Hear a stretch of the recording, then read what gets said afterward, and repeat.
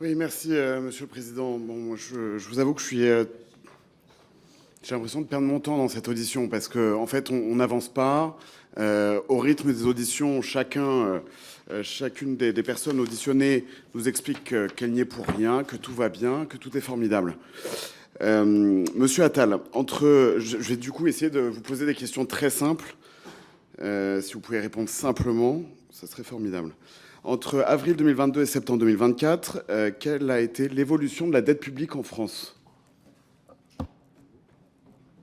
Non, mais on peut jouer au quiz, monsieur le député. Je veux dire, même les grands spécialistes des finances publiques qui sont derniers mois, qui sont membres de l'administration, ils connaissent pas tous les chiffres par cœur. Moi aussi, je peux préparer avant une audition ou je peux venir devant votre bureau en ayant préparé un quiz et en vous demandant des chiffres précis. Vous le connaissez parce que vous avez préparé votre question.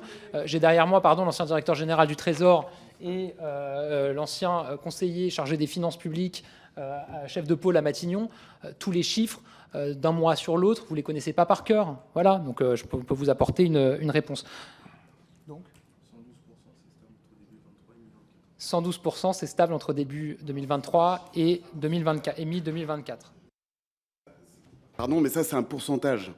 Donc, est-ce que vous pouvez, s'il vous plaît, me donner l'évolution en valeur de la dette publique entre avril 2022 et septembre 2024? Donnez le chiffre, Giovanni, comme ça vous poserez la question après sur le chiffre. Parce que non, mais c'est pas une question rhétorique, en fait. C'est quand même la moindre des choses que la personne qui a géré le budget puis a été Premier ministre connaisse de combien la France s'est appauvrie pendant cette période. Et en l'occurrence, c'est 326 milliards. Et ça a l'air de vous faire sourire, mais moi, ça me fait pas du tout sourire. Pas du tout. Deuxième question, est-ce que vous pouvez nous dire si sur les 7 ans de socialisme macroniste, il y a eu une autre période où on a généré autant de dettes, monsieur le Premier ministre? D'abord, monsieur le député, je pense qu'on a tous montré, il peut y avoir des moments de débat qui chauffent un peu dans cette commission, ça arrive, qu'on a tous montré, je pense, une forme de respect dans les interventions des uns et des autres. Je le dis sincèrement, on a tous cherché à se respecter et vous pouvez...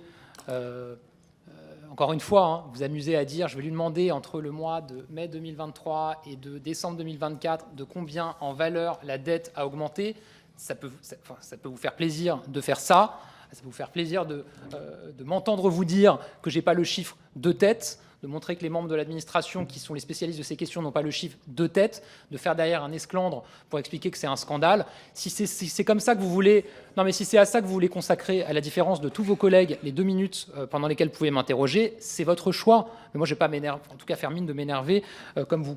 Ensuite, oui, il y a eu des périodes où notre dette a augmenté de manière encore plus importante, sous le quinquennat de Nicolas Sarkozy, je crois, sous 5 ans. Il y a eu 24 points de PIB de dette en plus. Voilà. C'était une question, c'était pas une question rhétorique, et c'est ce que vous semblez vouloir croire.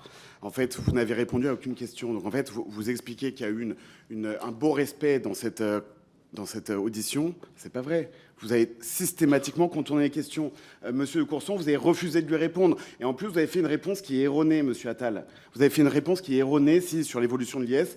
Votre réponse est parfaitement erronée, parce que de dire qu'il y a eu moins de recettes que prévu, en fait, les recettes qui avaient été prévues sur l'IS en 2023 étaient complètement farfelues. Une hausse de 30% de l'IS, ça voulait dire une hausse de la richesse produite en France de 30%. C'est quelque chose qui n'existe pas.